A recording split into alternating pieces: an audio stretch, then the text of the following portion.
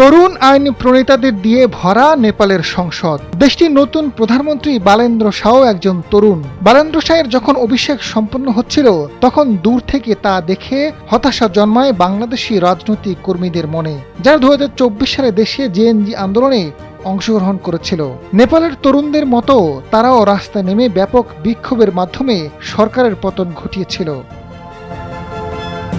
অভ্যুত্থানের প্রায় 2 বছর পরেও তরুণ আন্দোলন কোনো অর্থবহ রাজনৈতিক শক্তিতে রূপ নিতে পারেনি। ফেব্রুয়ারির নির্বাচনে বিএনপি বিপুল বিজয় অর্জন করেছে। ছাত্র আন্দোলন থেকে গড়ে ওঠা এনসিপি তেমন সুবিধা করতে পারেনি, অথচ বিপুল ভোটে জয়ী হচ্ছে নেপালের রাষ্ট্রীয় স্বতন্ত্র পার্টি আরএসপি।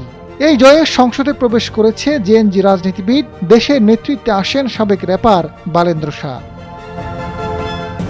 নেপালের তরুণ নেতারা তাদের সাফল্যের পেছনে সাধারণ মানুষের সঙ্গে আন্দোলনের সংযোগকে সবচেয়ে বড় কারণ হিসেবে দেখছেন।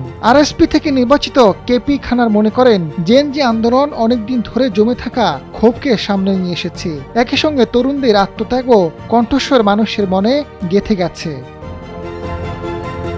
বাংলাদেশে জেএনজির ব্যর্থতার পেছনে সময় একটি গুরুত্বপূর্ণ বিষয় ছিল। বিশ্লেষকদের মতে বাংলাদেশে আন্দোলন ও নির্বাচনের মধ্যে ব্যবধান ছিল প্রায় 1.5 বছরের, ফলে আন্দোলনের গতি কমে যায়। অন্যদিকে নেপালে মাত্র 6 মাসের মধ্যে নির্বাচন হওয়ায় সেই গতি বজায় থাকে। দেশটিতে গত 17 বছরে 14টি সরকার পরিবর্তন হয়েছে, সেখানে কয়েকটি প্রতিষ্ঠিত দল ঘুরে ফিরে এই ক্ষমতা এসেছে। এ কারণে জনগণের ক্ষোভ পুরো রাজনৈতিক ব্যবস্থার উপর গিয়ে পড়ে, ফলে নতুন দল হিসেবে আরএসপি অনেক বেশি আকর্ষণীয় হয়ে ওঠে। 2024 সালে বাংলাদেশে জেএনজি আন্দোলনে অংশগ্রহণকারীর একজন উমামা ফাতেমা। তিনি জানান, তরুণদের বিদেশে যাওয়ার প্রবণতা উদ্বেগজনকভাবে বেড়েছে। যারা আগে দেশে থাকতে চাইতো তারা এখন আর সেই চিন্তা করছে না। তবে কিছু মানুষ এখনো আশা দেখছেন। তারা মনে করেন, এনসিপি যদি নিজেদের সংগঠন শক্তিশালী করতে পারে এবং জনগণের পাশে থাকে তাহলে ভবিষ্যতে তারা ভালো করতে পারবে।